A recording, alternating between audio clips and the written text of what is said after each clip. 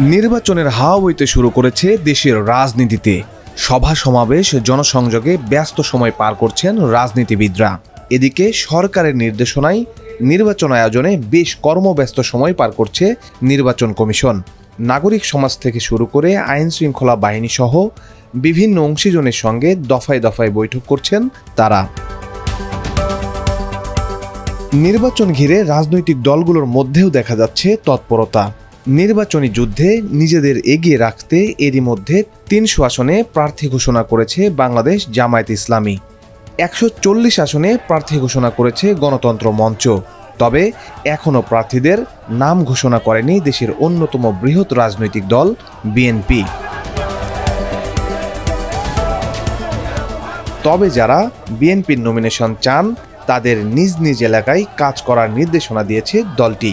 সেই অনুযায়ী ধানের শীষ প্রতীক পেতে নিজ নিজ এলাকায় জনগণের মন জয় করতে কাজ করছেন প্রার্থীরা, এমনটি জানালেন দলটির যুগ্ম মহাসচিব অ্যাডভোকেট আব্দুস সালাম আজাদ। এটা আনুষ্ঠানিক ভারপ্রাপ্ত চেয়ারম্যান দিয়েছেন যাদেরকে আপনারা যারা নির্বাচন করতে চান, যারা জাতীয় নির্বাচনে আছেন, স্ব এলাকায় গিয়ে কাজ করেন এবং কাজের মধ্যে থেকে দিয়ে তো তাদের রেজাল্টটা ফিরে আসবে। কাজ করতে গেলেই তো পাবলিক যে যারা আসে অথবা যাবে, বিষয়টা দুইটা, এগুলো আসে আর যাবে।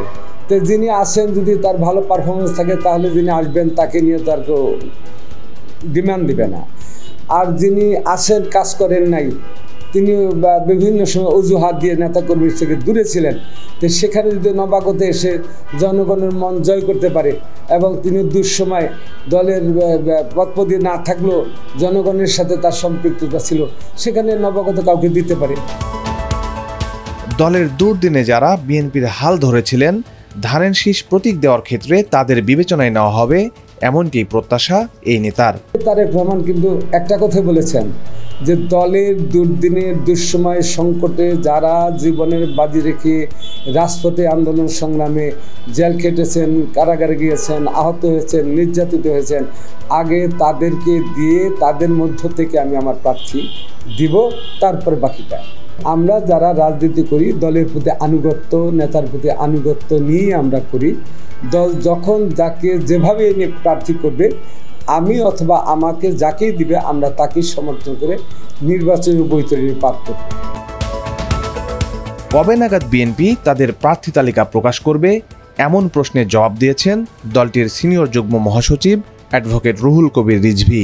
কাজ চলছে, কাজ নানাভাবে চলছে, কিন্তু কবে কখন কোন তারিখে ঘোষণা করবে এইটা তো এখনো আলোচনা হয়নি।